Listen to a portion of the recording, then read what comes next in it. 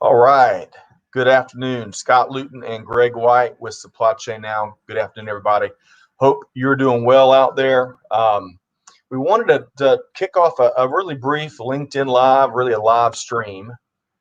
Um, and Greg, it looks like we've a little technology glitch, but I think we're back.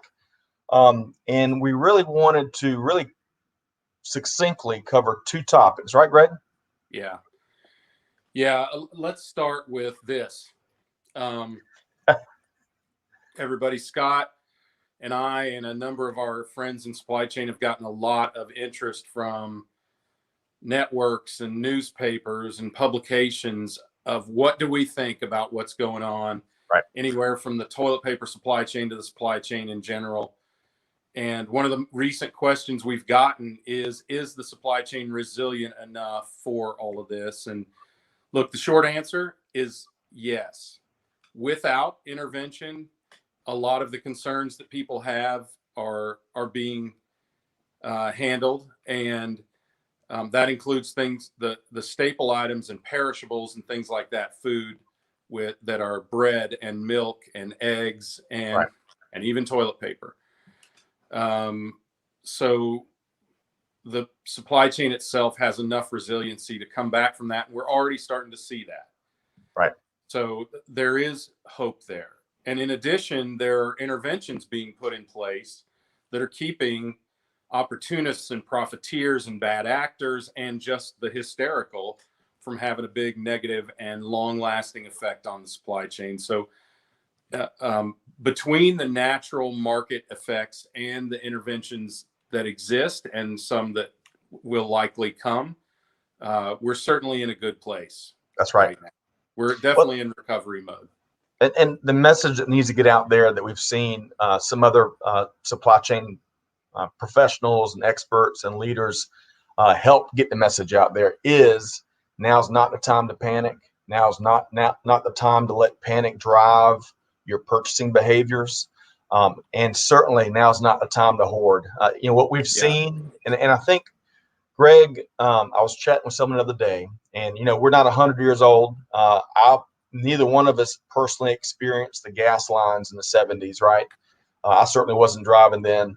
And I think for a lot of folks, that's right. So a lot of folks in our generation and the generations that are newer in the workforce, to see empty shelves, it's a stark, it's a shock to the system, right? Mm-hmm. However, we can't let that psychology cause other behaviors to take place, which put a big demand strain on the supply chain that really, from what we see, is working as it should, right? A demand-driven supply chain. And we're seeing manufacturers, we're seeing them that not only ramp up production in many ways, they're changing distribution strategies. We see retailers putting quantity limitations and changing hours of service to kind of tamp down some of the behavior we're seeing.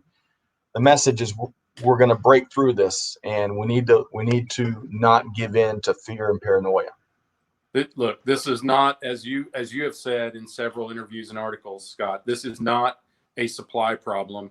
It's a demand problem. And the truth is it's only accelerated demand. People have bought the toilet paper they will need for the next 2 months. Right. So now, as you can see, in fact, I just did an article on LinkedIn with a photograph I took at Costco yesterday, right? Where you can see that Costco, at very least, has come back with a vengeance, an entire wall of toilet paper and limitations on what you can buy. So look, there will be ongoing anomalies like that, but they will be corrected relatively quickly. The retailers want to serve everybody, and if we as consumers don't act in fair ways, then the retailers, the supply chain, or the government will do so on our behalf. So suffice it to say, because it's not a supply problem, there's little to worry about. Right. Be a good citizen and you'll get what you need, and everything will be fine. Right. So on that note, as we continue to experiment with this platform here, I want to make sure, Greg, folks see the message behind you loud and clear. So let's see if we can't. Yeah, this is if you've ever watched any of the ESPN network shows, this is something that Woody, whose last name escapes me, does frequently, and I just felt like it was the right time for this message. So this is something that we can handle. We've been through much worse. This is really an issue of our own doing. And it's something that we can recover from simply by starting to act in a fair measure. Scott, I didn't put my phone on do not disturb, so people are pinging me like crazy. More calls. Okay, so let's shift gears into the last topic. This is going to be a very brief session here. This last topic, we want to, one of the things we've been hearing about, Greg, we touched on this, I think, in the LinkedIn Live we did last week, is if you look at surveys that associations are doing, if you certainly based on the conversations we're having, some of the Scott, I don't know if everyone else can hear you, but I can't. I feel like you're that reporter in the field. Okay. Scott, we're not hearing you in the studio. All right. Well, let's see here as we that could just be me. Yeah, let's see. Okay. Well, let's proceed as if I believe we're connected audio. So you still can't hear me. Is that right, Greg? Okay. So I'm going to do this. I'm going to remove you from the stream, Greg, and I'm going to tackle this event real quickly for our audience. So stay tuned here 1 second.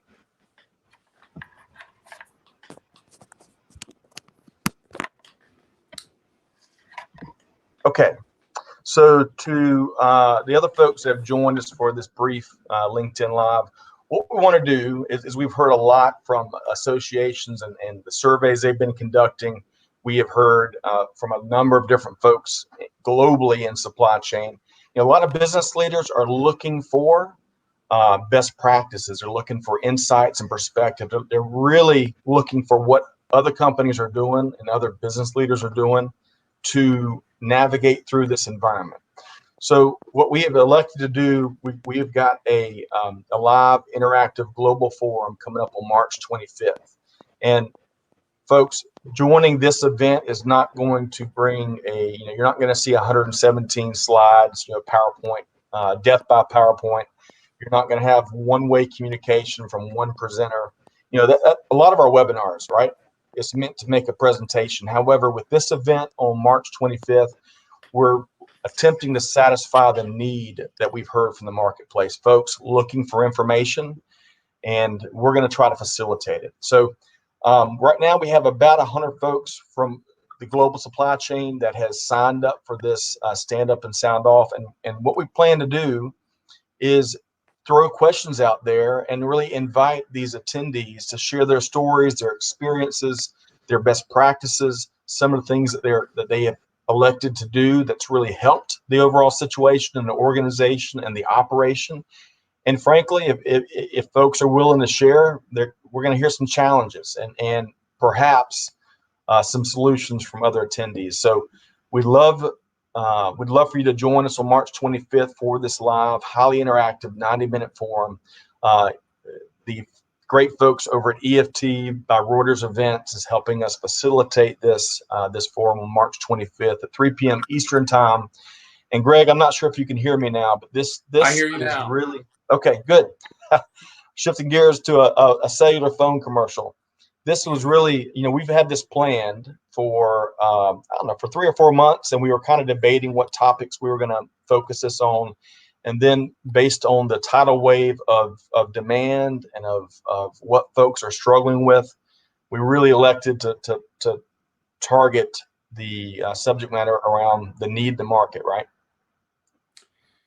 Yeah, I mean, I don't know what could be a more impactful discussion today. In any case, certainly in supply chain, but just globally, we've had repeated conversations with friends and colleagues, and as we talked about, reporters and business associates and people on the street. If you've Right. walked through your neighborhood while social distancing, people I've never spoken to before are asking about this. It's an interesting time. We want to put some talented people in front of you, give you the opportunity to ask or share, and help get the word out on any learnings that we've had globally, because we have a global audience. And I know that I've talked to people all over the world about this. So I feel like there are some learnings around the world that we can share that may help some people everywhere. That's right. So, that tagline that we coined, nothing overly creative, but come and be heard. That's really what this event is all about. We want you to bring your insights, your perspective, your experiences to the table on March 25th. You can sign up if you go to supplychainnowradio.com and go to the webinars tab. We are using GoToWebinar to help facilitate the conversation. That's been a reliable platform for us for going back 5 or 6 years. But again, it's going to be highly interactive. There's not going to be a one-way street in terms of communication and presentation, and we'd love to have you join us. So any final, Greg, final remarks here? Or come to listen, but don't miss it. Yeah, great point. It's going to be a great opportunity to hear about what's happening and hear some great solutions from your colleagues in the supply chain industry. So be there. Great point. And with that, again, we want to wish all the best to our network, to the supply chain community, to friends of the show. I tell you, it's been really neat to see post after post on social media kind of shift away from some of the paranoia and start to celebrate some of the things that the folks in the trenches are doing to break through what we're facing. And whether that's the supply chain community, the truck drivers, folks in the manufacturing plants, within the distribution networks, and then of course our scientists, our medical professionals, our doctors, these folks that are fighting the good fight on our behalf. So appreciate all of what those brave leaders are doing, and we hope to see you on March 25th as we look to facilitate some of these experiences, especially in the global supply chain community, and help everyone leave there knowing just a little bit more than what they knew coming in. So thanks, everybody. Check us out at supplychainnowradio.com. Big thanks to Greg White, and stay tuned as we continue our standard programming, which will focus a little bit on COVID-19 and try to help disseminate the right information there while still continuing to share more general supply chain best practices and insights. Take care, everybody. Thanks, Scott. Thanks, everyone. You bet. Thank you.